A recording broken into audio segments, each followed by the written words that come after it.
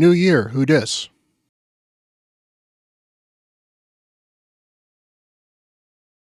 Hello, everyone. Bront, CatHerder here. We're having some fun talking Raid Shadow Legends, and it is the beginning of the new year by the time you're watching this video.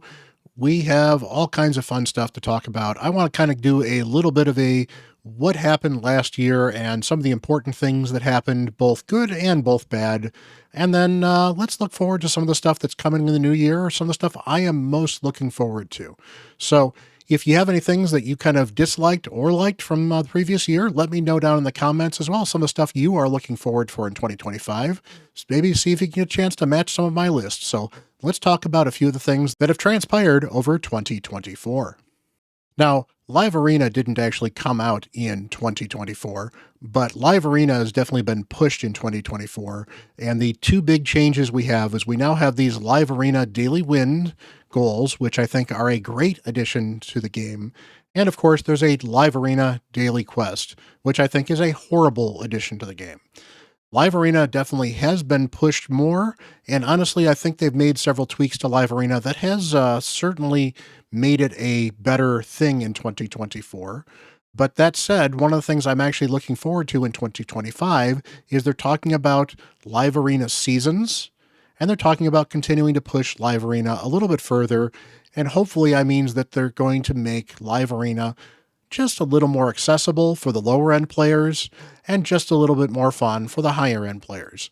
Live Arena is not bad.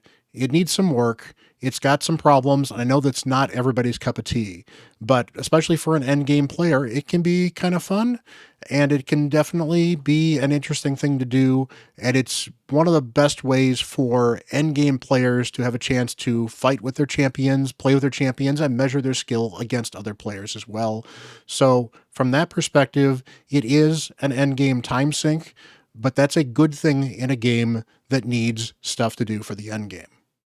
Now, one of the things that has certainly seen a lot of news of late is Hydra Clash, and a lot of the changes that kind of happened this year. So we got a large number of buffs, nerfs, I don't quite know what to call them, to various champions in Hydra Clash, and to various things about Hydra Clash and Hydra and how it works. Overall, there's some positives and there's some negative. Some of the turn meter changes, as far as how much turns go, and the fact that they've shortened it quite a bit, I think is very good. The fact that some of the changes made it very much harder for people to hit some of the numbers that they were hitting before, effectively pushing players back a little bit in Hydra, I think not quite so good. Overall, I think, most of us have managed to move on, and to be fair, making content challenging is a good thing overall, because content that is easy isn't challenging players, isn't making them think, isn't something to continue to strive for. Whether or not Polarium is going to hit on the mark, I don't know. I still think there's changes they could make that would make Hydra just a little bit better. I think there's plenty of things that they should do to overall make the content better for everybody, more accessible for everybody, and maybe kind of tweak it a little bit. Hopefully they'll get a chance to do some of that stuff. Honestly, I would love for them to start releasing some more of the Hydra content we were promised a long time ago. So maybe in 2025, we'll finally get a couple of those extra Hydra heads that we've been promised for ages now. We'll see. We can always hope. One of the biggest new pieces of content to drop here is Chimera. And Chimera, generally, from what I can tell, has been a pretty big hit. It's 2 keys you need to do a week. It maybe can take you 20 minutes to a half an hour to run if you're manualing things, maybe a little bit longer, maybe a little bit less. If you're autoing things, it's certainly a little bit easier. It's a very complex piece of, content.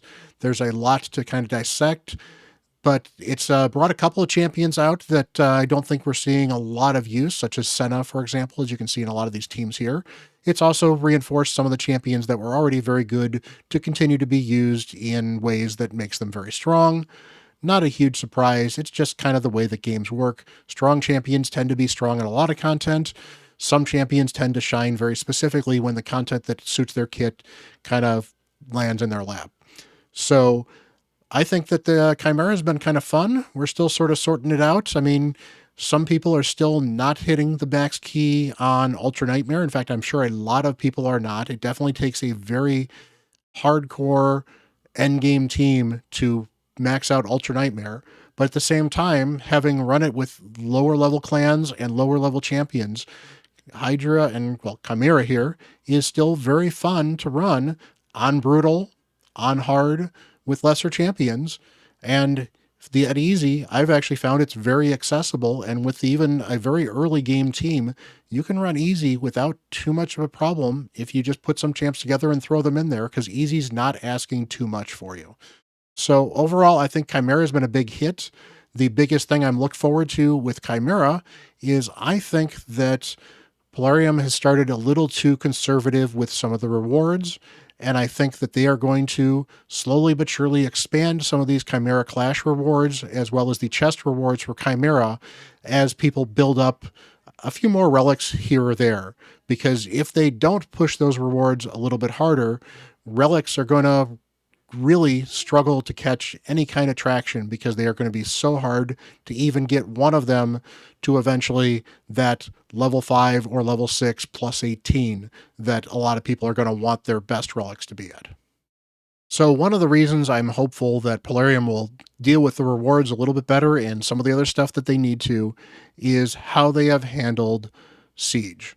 Now, there are things that I don't think they handled Siege particularly well with. In fact, Siege was so broken early on, I think they should have actually rolled it back and stopped it and waited until they fixed some of the stuff before they rolled it back out again. Siege is in a much better place than it used to be. They are still sort of figuring out the economy a bit, but being able to build buildings and actually afford them is kind of nice. Being able to then build teams off of some of those changes that you're going to have, opening up some of the modifiers you can get are kind of fun. And overall, Siege is better balanced than it was when it started. It's still a very PvP level experience. I think they could do a little bit better to differentiate it from standard PvP, and I think that would be great. But overall, I think Siege has generally been fairly well received, if for no other reason that it's not been a huge time sink for people. It's been kind of fun for the people that want to dive into it, and the people that don't want to dive into it really haven't been put out that much to play it. And the rewards are pretty decent. In fact, one of the things they did actually change was how these chests work.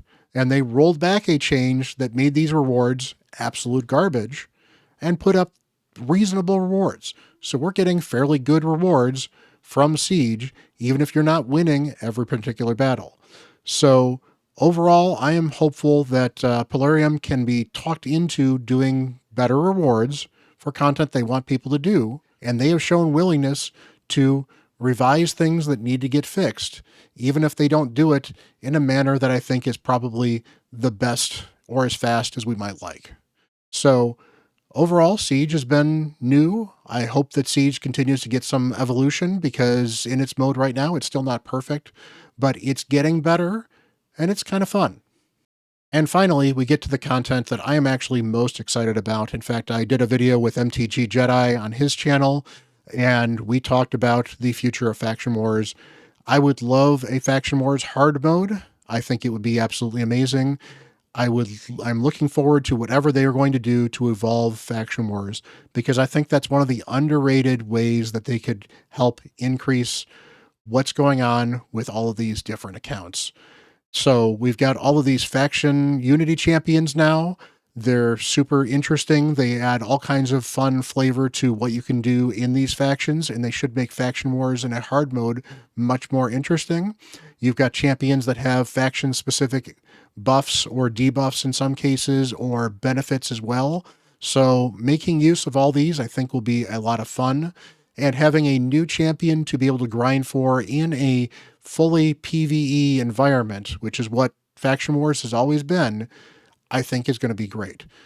Unlike some of these things like Centranos or some of the secret floors in Doom Tower, the Faction Wars limitations for what champions you can use, I think, are some of the most natural and most interesting, which is why I'm really looking forward to what they're going to do with the new Faction Wars modes and improvements to Faction Wars in 2025.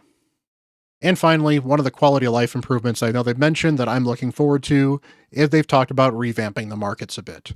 Now, How they're going to revamp them, I'm not sure. Whether or not the marketplace here in the Bastion is going to become the central marketplace for everything, or whether or not they're actually going to revamp this a little bit so you can get interesting things from the market.